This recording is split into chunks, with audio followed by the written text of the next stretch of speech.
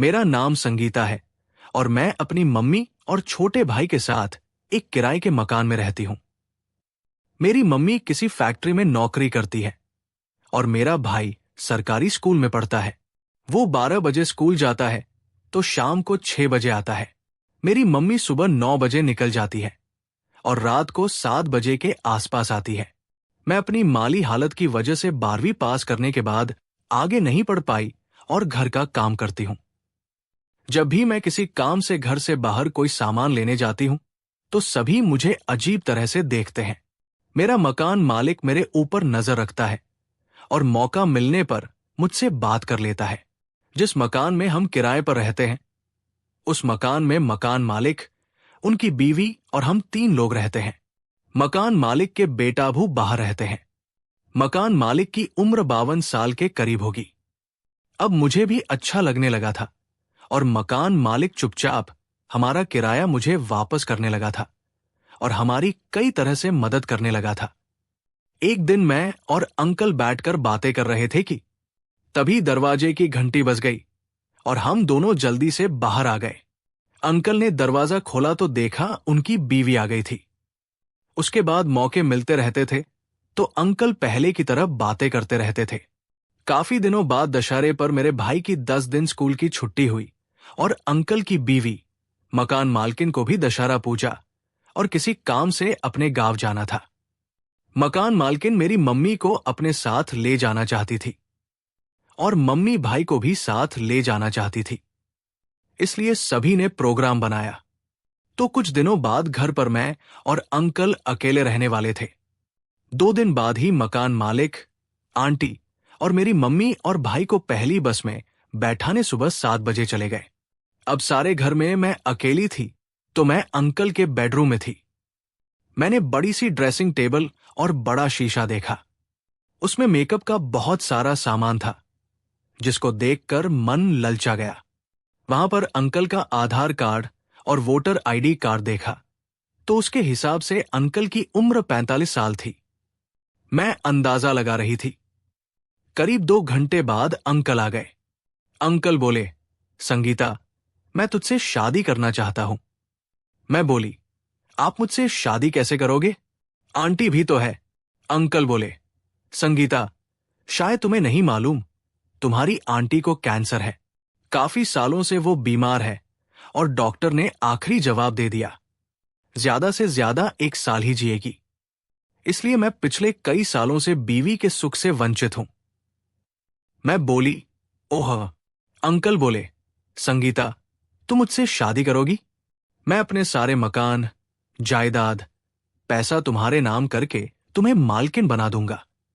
मैं बोली, लेकिन लोग क्या कहेंगे, और तुम्हारा बेटा भी तो है। अंकल बोले, बेटा बहुत ज्यादा मतलब नहीं रखता, वो भी विदेश में है और अपनी लाइफ जी रहा है, और लोगों की परवाह क्यों करे? हमारी लाइफ है, हम पति पत्नी की तरह आगे की खुशहाल जिंदगी जिएंगे। मैं पूरी जिंदगी तुम्हारी गुलामी करूंगा। जो तुम कहोगी मैं वो मान लूंगा। तू मेरे दिल पर और मेरी जायदाद की मालकिन बनोगी। मैं बोली, हम शादी कहां करेंगे? अंकल बोले, हम कोर्ट में कानूनी शादी करेंगे और तुम कानूनन मेरी पत्नी बनकर मेरी सारी जायदाद की मालकिन बनोगी। ये मेरा तुमसे पक्का वादा है। मैं बोली, मैं अपनी शादी को यादगार के तौर पर अनुभव करना चाहती हूं। क्या आप मेरा साथ दोगे? अंकल बोले, संगीता, मैं हमेशा हर पल पूरी जिंदगी तुम्हारा साथ दूंगा। ये मैं भगवान को साक्षी मानकर तुम्हें वचन देता हूं। अंकल ने अलमारी से आंटी का शादी का जोड़ा निकाल कर दिया, पर वो साइज में मुझसे बड़ा था। मैं बोली, ये तो मुझे ढीला आएगा, इसको एडजस्ट करना पड़ेगा और मुझे शॉपिंग मॉल से अपने कपड़े लेने पड़ेंगे और ब्यूटी पार्लर में काम करवाना पड़ेगा। अंकल बोले, अब तुम बीवी की तरह हुक्म दिया करो। और अंकल ने 10,000 रुपए दिए और मैं अंकल को शाम तक आने को बोलकर पार्लर के लिए निकल गई।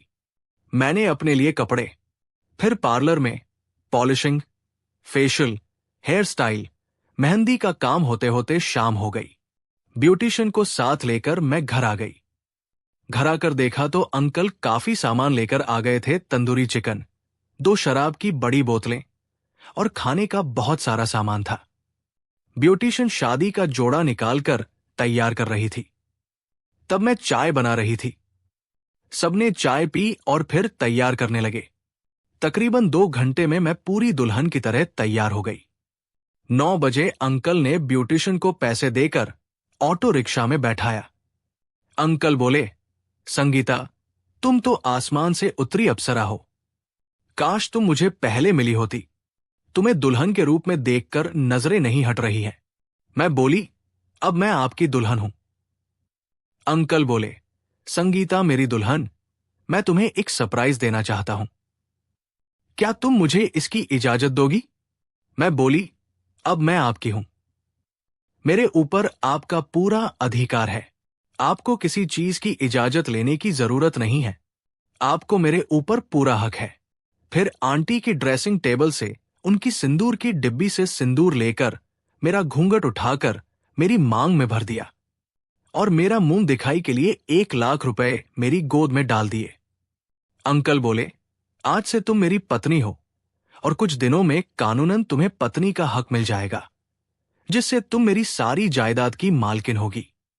मैं बोली, मेरे देवता, आज से आप मेरे पति हो और मैं आपकी पत्नी। आज से आपका मेरे ऊपर पूरा अधिकार है। फिर जो अंकल ने चिकन और मटन बिरयानी मंगाई थी, वो दोनों ने खाना खाया। सुबह देर से मेरी आंख खुली। अंकल अभी सो रहे थे। उन्हें देखकर मेरे दिल में प्यार उमड़ रहा था। मैं बोली, मैं आपके लिए चाय बनाती हूं। अंकल बोले, मेरी जान, तुम बैठो, मैं चाय लेकर आता हूं। मैं बोली, अच्छा सुनो, वो मेरा फोन मुझे दो। अंकल ने मुझे मेरा फोन दिया और चाय बनाने लगे। मैं फोन में अपनी शादी के वीडियो देखकर शर्मा रही थी। अब मुझे भी अपने अंदर औरत होने का एहसास हो रहा था।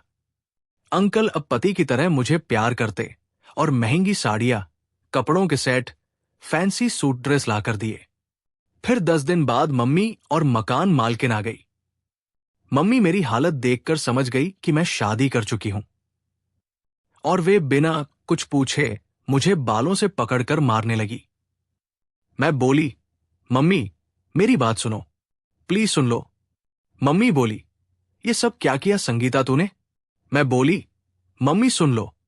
फिर मैंने अंकल की बताई बातें मम्मी को समझाई। मम्मी बोली, वो उम्र में बड़े हैं, लोग क्या कहेंगे? मैं बोली, मम्मी, शादी के बाद मैं कानूनन सारी जायदाद और पैसे की मालकिन बन जाऊंगी। आप इतनी मेहनत करती हैं और भाई का भविष्य बन जाएगा। हमारी हालत ऐसी नहीं है कि हम कुछ कर पाए। फिर मैंने मम्मी को 1 लाख रुपए दिए, जो अंकल ने मुझे मुंह दिखाई में दिए थे। मम्मी और हमने इतने रुपए कभी नहीं देखे। फिर मम्मी मेरी बात सुनकर मेरी हालत देखकर समझ गई और मुझे प्यार से गले लग गई। मम्मी बोली, संगीता, अभी तू बाहर मत निकलना, तेरी हालत ठीक नहीं है, नहीं तो लोग सब समझ जाएंगे। बाहर से सामान मैं ला दिया करूंगी या भाई से मंगा लिया कर। अंकल हमारा अच्छी तरह ध्यान रखने लगे। वे पैसे पानी की तरह हमारे लिए खर्च करने लगे। मैं भी उनकी बीवी की तरह सच संवर कर रहती।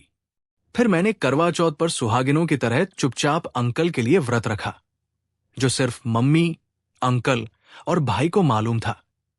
अंकल ने चुपचाप आकर मेरा व्रत खुलवाया और मुझे कान में कहा, तुम आसमान से उतरी अप्सरा हो, और बोले, तैयार रहना, मौका मिलते ही आऊंगा। मैंने भी अपनी रजामंदी दे दी। मैंने अपनी मम्मी को बताया तो उन्होंने सारा इंतजाम कर दिया। सुबह 5 बजे चुपचाप चले गए। ये सिर्फ मुझे और मम्मी को मालूम था। फिर कुछ महीनों बाद मकान मालकिन चल बसी। फिर उसके 4 महीने बाद अंकल ने कोर्ट में मेरे साथ शादी कर ली और कोर्ट मैरिज का सर्टिफिकेट कोर्ट से मिल गया। अंकल यानी जो अब मेरे पति बन गए हैं, ने अपनी प्रॉपर्टी में मेरा नाम डलवा दिया। अब मैं अंकल के सभी मकानों, जायदाद और पैसे की आधी मालकिन बन गई। अब मैं बीवी की तरह दुल्हन बनकर हमेशा सच संवर कर रहने लगी। फिर मैंने लड़के को जन्म दिया। मेरे पति मुझे अपनी जान से ज्यादा प्यार करते हैं। अब मैंने अपने भाई को भी अच्छे स्कूल में पढ़ने भेज दिया और मम्मी की नौकरी भी छुड़ा दी। मम्मी मेरे बच्चे को संभालती है। आज मैं अपने पति की 3 बच्चों की मां हूं। मेरे 2 लड़के हैं और 1 लड़की। हमारा जीवन और परिवार हंसी खुशी से बीत रहा है। मेरी मम्मी हमारे परिवार की देखभाल करती है। ये मेरी जिंदगी की सच्ची कहानी है जो मैंने आपसे शेयर की है। ये कहानी से हमें यही सीख मिलती है कि भगवान के घर देर है अंधेर नहीं। अंकल मेरे लिए किसी भगवान से कम नहीं है।